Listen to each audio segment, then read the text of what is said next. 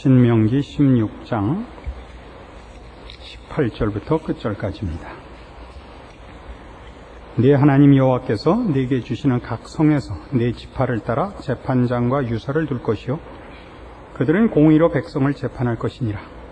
너는 굽게 판단하지 말며 사람을 외모로 보지 말며 또 뇌물을 받지 말라. 뇌물은 지혜자의 눈을 어둡게 하고 의인의 말을 굽게 하느니라. 너는 마땅히 공의만 쫓으라. 그리하면 내가 살겠고 네 하나님 여호와께서 네게 주시는 땅을 얻으리라. 네 하나님 여호와를 위하여 쌓은 단 곁에 아무 나무로든지 아세라상을 세우지 말며 자기를 위하여 주상을 세우지 말라. 네 하나님 여호와께서 미워하시느니라. 그러니까 이스라엘 백성에게는 정치 군사 지도자는 원래 없습니다. 재판장만 있습니다. 언젠가도 그런 말씀을 드린 것 같은데 우리말 성경에 나오는 사사기는 영어로 젖쥐입니다. 그러니까 재판관들이죠. 판관기라 그래야 맞습니다. 사사기라 선비사자, 스승사자를 쓰는데 그 사사가 그 판관들입니다. 왜냐하면 정치, 군사, 경제, 교육 어떤 부분에서건 이스라엘 백성은 다 하나님의 백성이요 하나님으로부터 목표와 내용이 나옵니다. 이스라엘 백성이 해야 할 것은 하나님의 뜻을 순종하는 것입니다. 그래서 이스라엘 백성이 필요한 게 있다면 제대로 하고 있나 틀리고 있는가를 확인하는 문제이지 새로운 무슨 내용을 내고 나라를 지키기 위하여 어떤 제도를 만들고 하는 쪽에는 사실은 성경의 요구나 또는 이스라엘 백성에게 그런 필요가 사실은 없는 것입니다. 근데 각 곳에 있어야 되는 재판관들, 여기식으로 하면 지파를 따라 재판장과 유사를 둡니다. 그러니까 모세가 그 이스라엘 백성을 데리고 출애굽해서 나오는 중에 그 장인이, 모세의 장인이 모세가 백성들의 그 재판을 하느라고 하루 종일 힘든 것을 보고 그래서 1000부장, 100부장, 50부장을 만들게 하죠. 그게 다 여기 말하는 유사들입니다. 재판장과 유사들입니다. 그러면 이제 그런 맥락에서 볼 때 이스라엘 백성에게 왜 재판관이 필요하냐 하면 맞다 틀리다를 얘기하려는 그런 간단한 문제가 아닙니다. 재판장이 필요한 것은 우리가 원칙으로 알고 목표로 알고 있는 것이 실제 생활 속에서 어떻게 그것이 판가름되어야 될지 모를 것이 많습니다. 예를 들면 어디까지가 용기고 어디까지가 무모한 짓인지, 어디까지가 지혜고 어디까지가 타협인지 이런 거 어렵습니다. 그렇지 않습니까?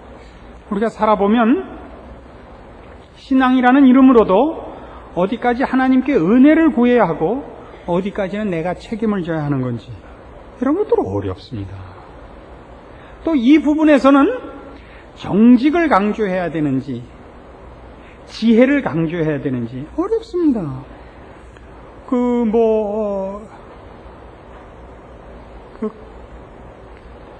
가까운 식구가 무슨 죽을 병에 걸렸는데 당신 석 달 남았대. 알아서 준비해. 이렇게 해야 되는 건지, 그게 정직하게 해야 되는 건지, 아니면 그냥 소화불량이래. 좀 헐명수 먹고 괜찮아지면 또 그냥 막 열심히 살면 되는데 그러는 게 잘하는 건지 그런 건 모른단 말이죠. 그렇잖아요? 그래서 대원칙을 지켜나가되 그것이 우리 생활 속에서 현실 속에서 이때는 무엇을 따라 판단을 하고 이때는 어느 부분을 강조해야 되는지 이런 것들이 어렵기 때문에 재판관들이 제일 많이 필요한 것일 겁니다.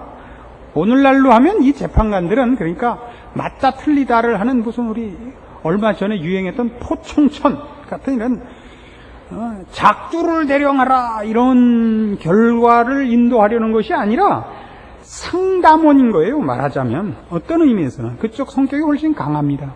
그래서 맞고 틀린 것을 커트라인을 세우자는 것이 아니라 가이드라인을 세우자는 겁니다. 이리로 가라. 이것이 옳다. 이겁니다. 그러니까 대표적인 예로 고린도전서 8장 말씀을 봅시다.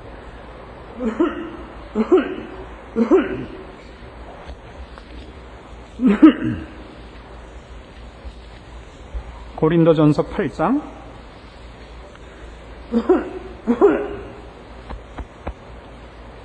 이게 아마 기관지암이든지 무슨 그런 걸 텐데 그냥 아무것도 아니래요. 그 사람이 지혜롭게 나한테 얘기를 한 건지 아니면 정직하지 않은 건지 아직도 몰라요. 저는 박동준 목사가 그랬으니까 무식해서 그랬을 거예요. 고린도전서 8장 1절 우상의 제물에 대하여는 우리가 다 지식이 있는 줄을 아나 지식은 교만하게 하며 사랑은 덕을 세우나니 만일 누구든지 무엇을 아는 줄로 생각하면 아직도 마땅히 알 것을 알지 못하는 것이요 또 누구든지 하나님을 사랑하면 이 사람은 하나님의 아시는 바 되었느니라. 이 우리 고린도전서 할 때 한번 짚고 넘어간 대목입니다만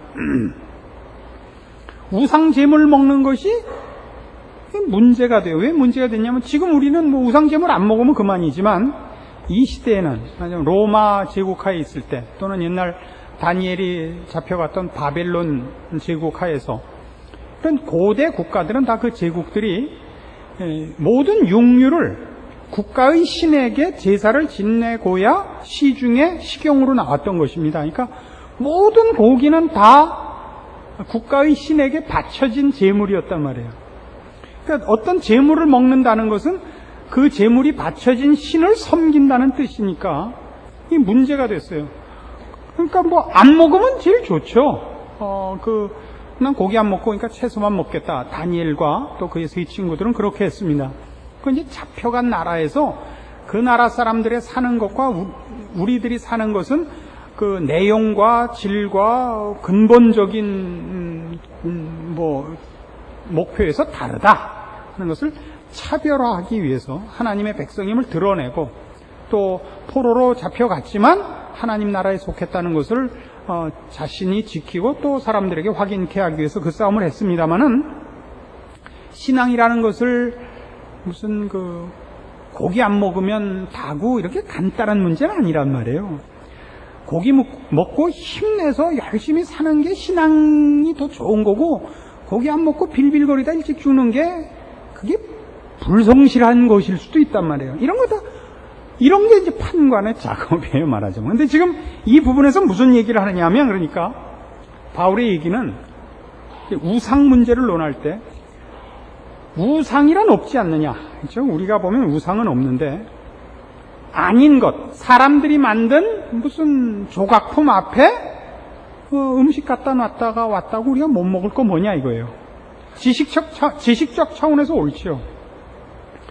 그러나 나는 그것이 그냥 나무고 돌이고 금속에 불과하다는 걸 알고 우상이 없는 줄 알기 때문에 상관이 없고 죄가 아닌 걸 알고 있지만 모르는 사람이 볼 때는 저 하나님을 믿는다는 자들이 제우스 신에게 바친 제물을 먹는 걸 보니까 그러니까 제우스 무슨 비너스 포세이돈 이렇게 나가는 중에 하나님도 있나 보다 이렇게 생각하면 네가 그 사람의 양심을 시험 들게 하고 실족해 하는 것이니까 너에게 죄가 있다 이거예요. 그러니까 옳으냐 안 옳으냐가 판단의 전부가 아니라 네가 하는 행위가 상대방에게 어떤 영향을 미치는가를 보고 그를 위하여 네 자유를 절제하는 것이 그게 잘하는 것이요. 그런 차원에서 옳고 그른 것을 판단하는 지식의 자리에 서 있지 말고 상대방을 옳은 자리로 오게 하기 위한 절제와 기다림과 도움을 주는 사랑의 마음을 가져라. 이제 고린도전서 8장 우상 제물을 갖고 한 얘기입니다. 더 자세한 내용을 알고 싶으신 분은 고린도전서 8장을 찾아보십시오. 책이 나와 있으니까. 그러니까 이런 문제만 해도 그렇잖아요. 그러니까 이 문제는 이 사람은 옆집에서 그 제사 지낸 떡 먹었습니다. 이렇게 했을 때 우리가 그쪽 그 양반 간의 얘기를 들어봐야죠. 고소한 자는 이 사람이 한 교회의 안수 집사로서 그 옆집에 사는 사람의 제사 떡을 알고 먹었습니다. 나는 이 사람을 고소합니다. 이제 원고고, 피고의 답변은 그 사람에게는 지금 무엇보다도 피난 와서 혼자 살고 외로워서 제사를 지내느라고 많은 걸 해놨지만 버릴 수도 없고 다 먹을 수도 없고, 그래서 가까운 사람과 나눠 먹기를 원한 것이지 제사에 참여하라는 게 아니었습니다. 나는 그 사람을 외로움을 달래주고 가까이 해줘서 그 가까운 이웃이 되어 결국 궁극적으로 우리가 믿는 이 좋은 신앙의 자리까지 인도하는 첫 번째 발걸음으로 생각했습니다.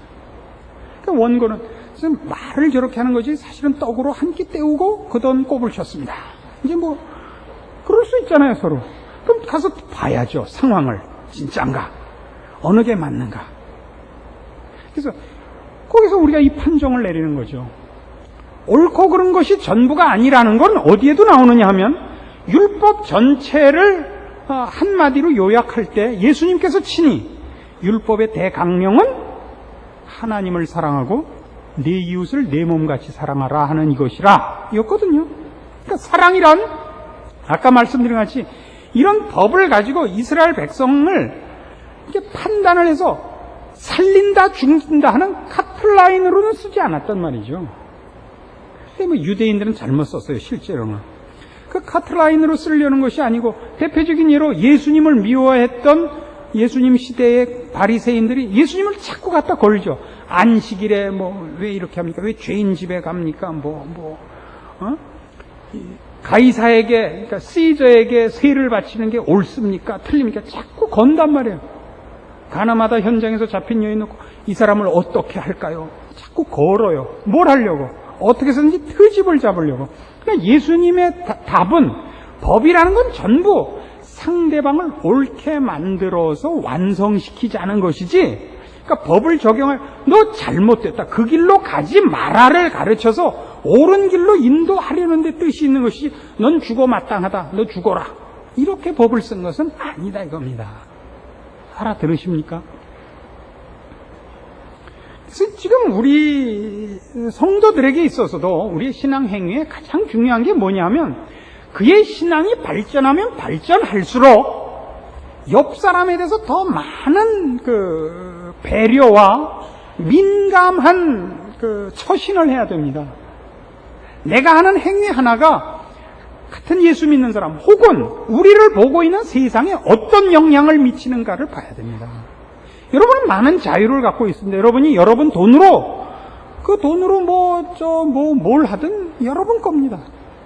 여러분이 가진 건강으로 뭘 하든 여러분 권리고, 여러분의 지위와 여러분의 재주로 뭘 하든 건 여러분의 자유요, 권리요, 복일 것입니다.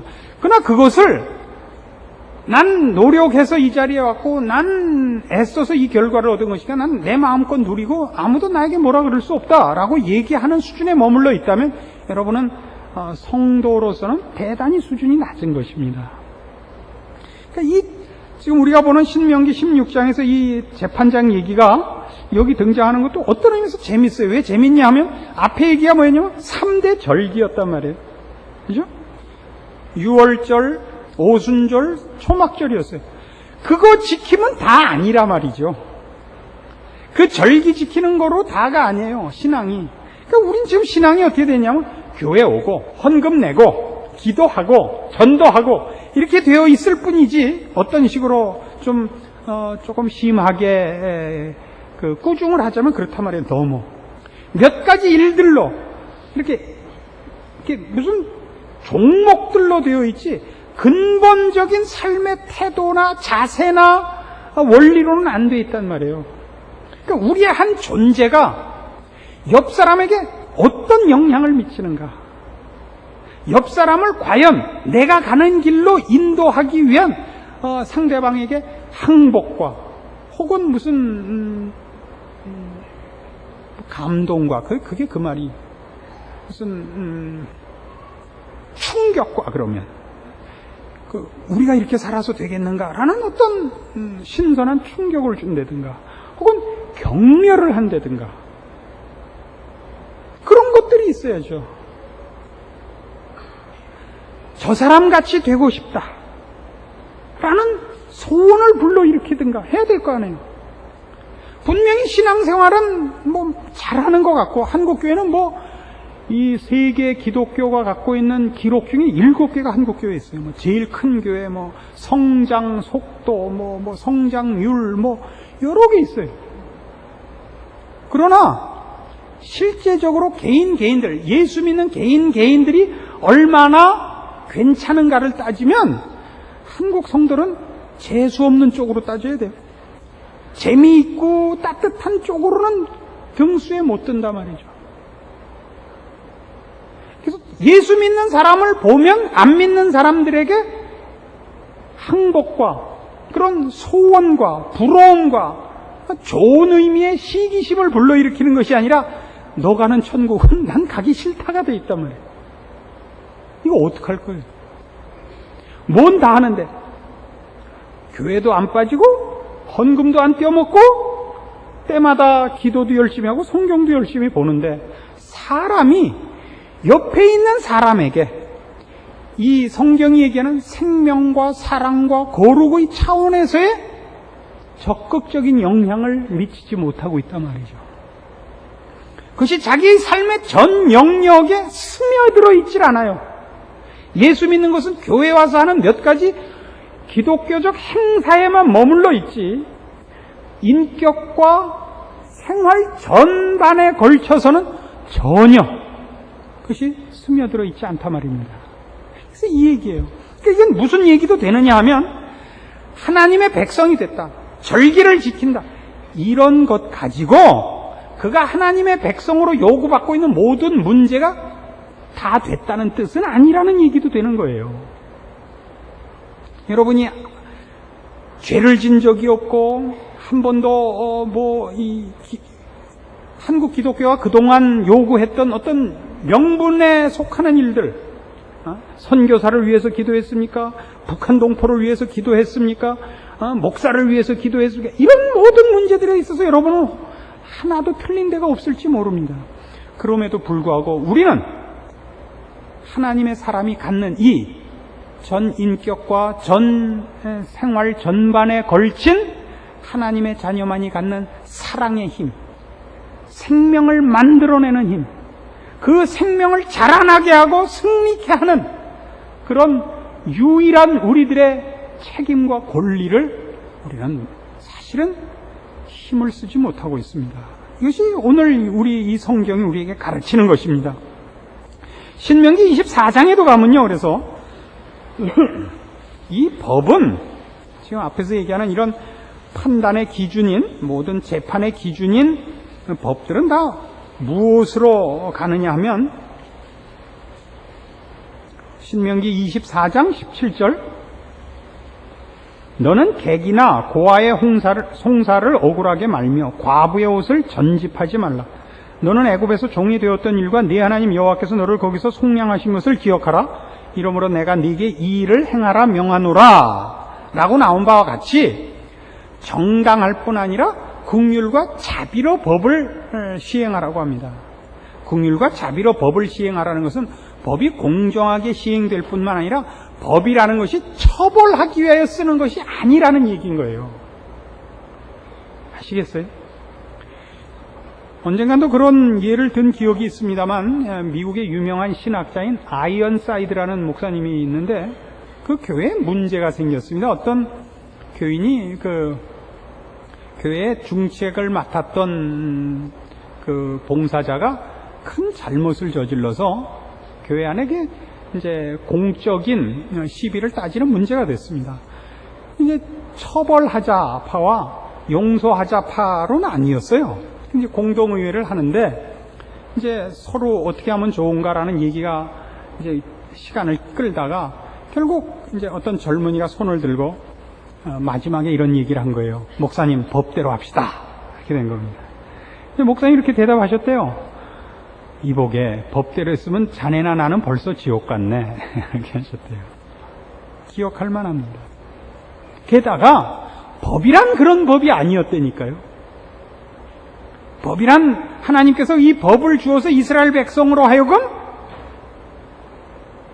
저들이 당하는 심판에 대해서 변명의 여지가 없게 하기 위한, 불평의 소지가 없게 하기 위한 입막음으로 준 것이 아니라고요.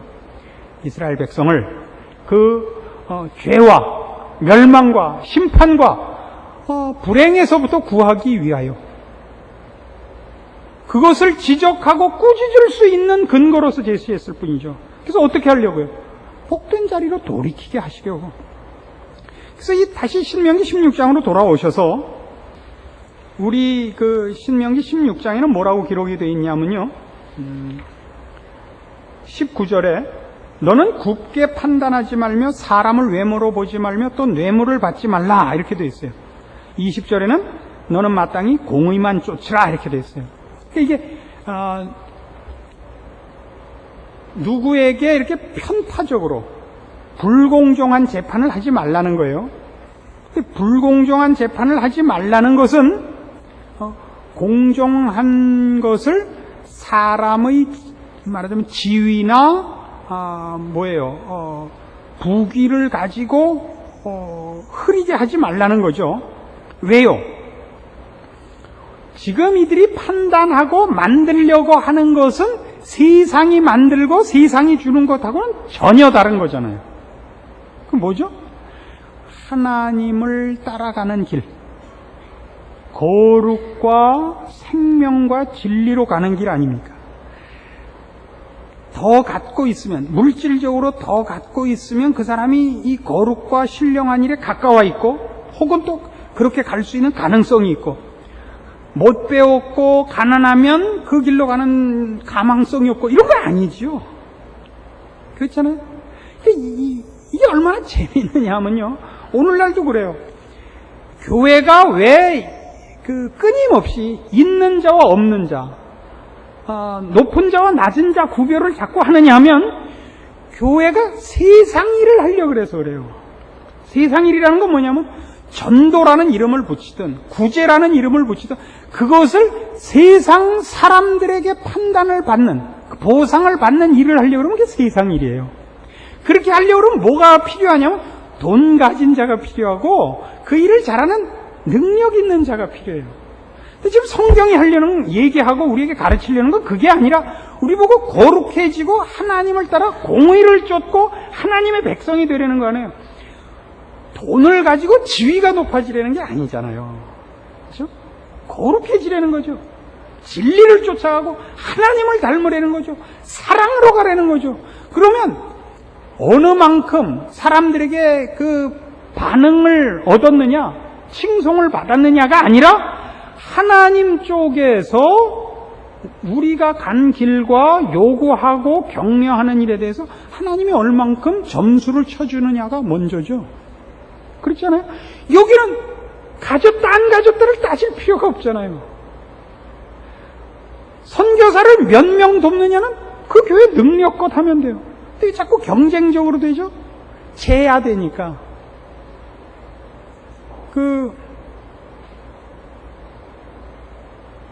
미개한 사회를 가면 누가 더 능력 있는 사람이냐를 판단하는 방법 중에 하나가 부인이 몇이냐 그런 데 있어요. 우리가 보면 우습죠. 부인이 몇이요? 하나입니다. 난 12이야. 그게 능력 있는 표란 말이에요. 이건 부인이 많으면 그 사람이 인격이 있고 그 사람이 무슨 또 뭐 있어요? 난 이 얘기밖에 할 줄 모르는데 무슨 훌륭하지 않죠. 우린 어떤 사람이 여자를 많이 한다 그러면 그 사람은 훌륭하다 그래요? 그런데 뭐라 그래요? 하여튼 성경 외엔 잘 몰라서 이쪽은 단어가 생각이 안 나는데 그거랑 같단 말이에요.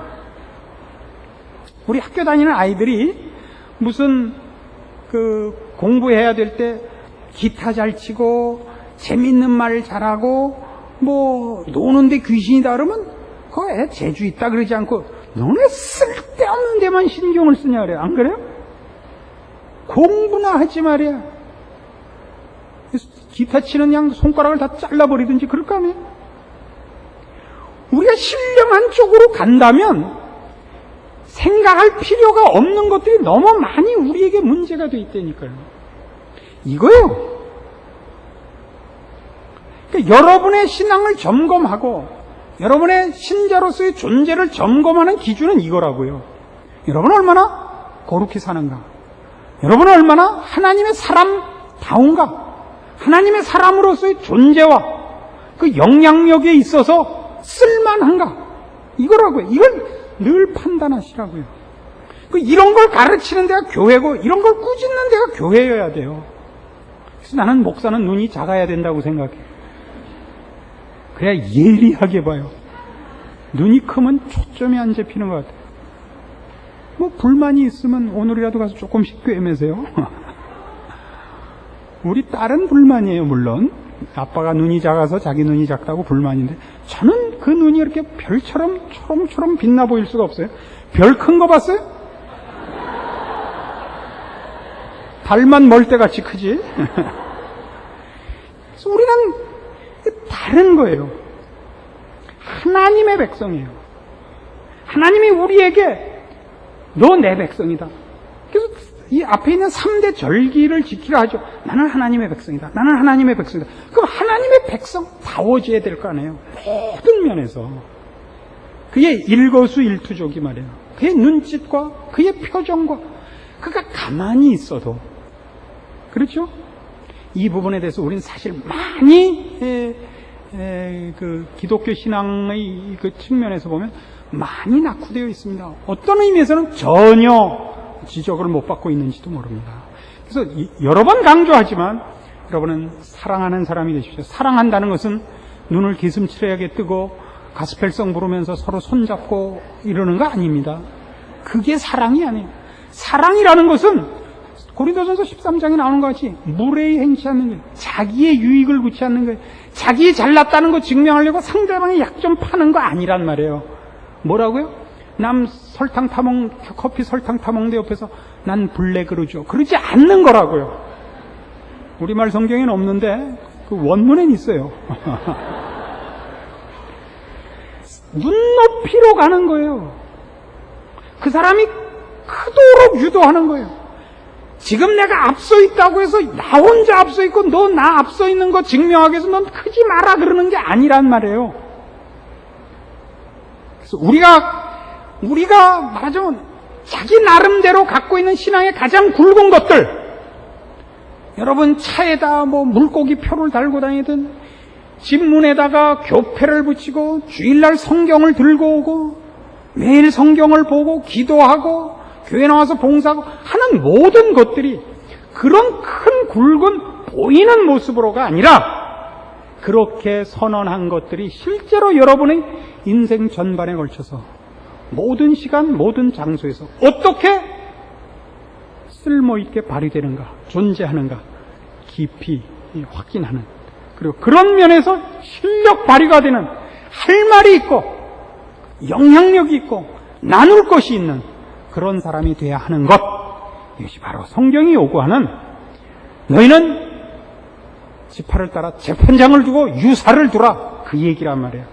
여러분은 스스로 자기 자신에게 재판장이 되시고 스스로 여러분 자신을 판단하시고 하나님의 사람으로 내가 매 시간 매 장소에서 쓸모있게 존재하는가, 가고 있는가, 옆에 있는 여러분이 여러분을 통하여 사랑을 입고 하나님의 사람으로 여러분이 가는 길에 따라오는가, 그런 걸 점검하는 책임있고 복된 사람이 되기를 바랍니다. 기도하십시다. 하나님 아버지 은혜를 감사합니다. 우리를 하나님의 자녀 삼으시고 하나님을 본받게 하시고 닮게 하시며 왕같은 제사장이라 명하셨습니다. 우리가 있는 곳에 하나님의 영광이 드러날 것이요, 우리가 하나님의 자녀인 것이 이웃들 앞에 자랑과 부러움과 그리고 감사로 열매 맺어야 할 것입니다. 이런 문제에 대하여 우리 자신을 돌아보게 하시고 혹시 우리가 사랑을 잊고 심판하는 자리에 서 있지 않았는가? 우리가 갖고 있는 믿는다는 법이 사랑으로 베푸는 긍휼과 자비로 나타나지 않고 칼과 총으로 나타나지 않았는가? 우리를 말씀 앞에 비추어 보고 돌이키고 주의 자녀다운 길을 걸으며 그 일에 부유하고 풍성한 인생이 되도록 허락하신 말씀으로 열매 맺게 하여 주시옵소서. 예수님의 이름으로 기도합니다. 아멘.